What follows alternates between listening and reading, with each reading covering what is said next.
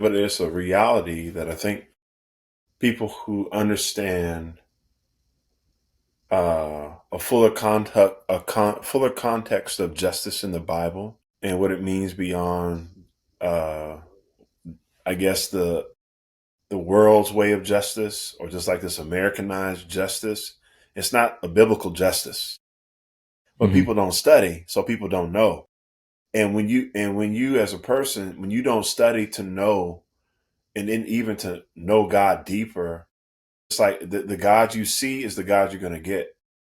We have a lot of here's what's happening now, going back all the way to the top with the white. I'm gonna continue to call it what it is: the white Christian nationalism, Hmm. this distorted, deceptive version of Christianity. It has this image of God, this image of Christ, but it lacks the power of what who Jesus really is. And what is happening is we have all these people running around thinking that they're proclaiming the name of Christ when they're really proclaiming something that is a false God. Hmm. And so unconvince we're trying to convince inconvincible people to see something beyond their wounded sight.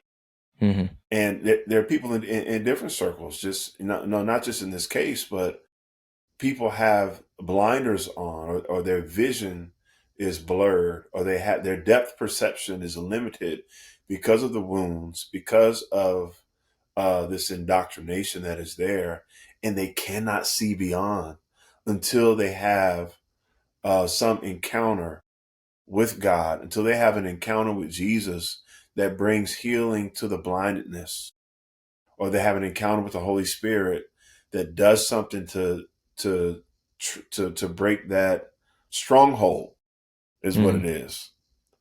And you you can't change those who don't want to change, and those who don't realize that they need change.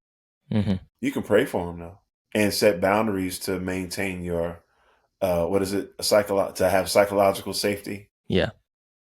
Yeah. Do you? I brought you on to be the hopeful one, so I'll be a little cynical.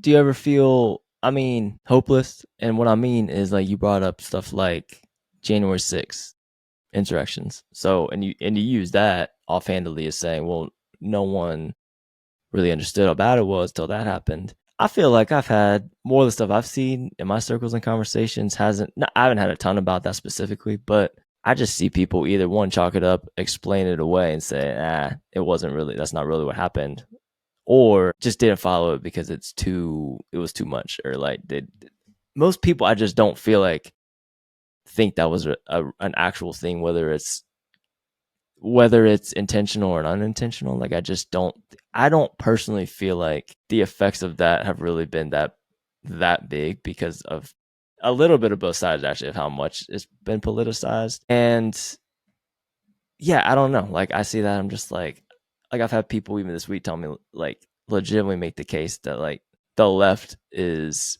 I'm not saying only one party is responsible for everything bad, but I'm saying Right. that there's heavy evidence and it's really obvious that the left side of the aisle is responsible for the political violence. And I'm just like, and people ask me for like examples of like stuff that's happened. I'm like, I could just give you just that one, like that January 6th one, like just that one, and how that's been litigated. And like is and so to me, when I hear questions like that, I'm just like, I that's where psychological safety taps in. I'm just like, Hmm. y'all, like, it doesn't really even matter if I give you examples, because if you are always going to say, well, that didn't happen, then it's pointless.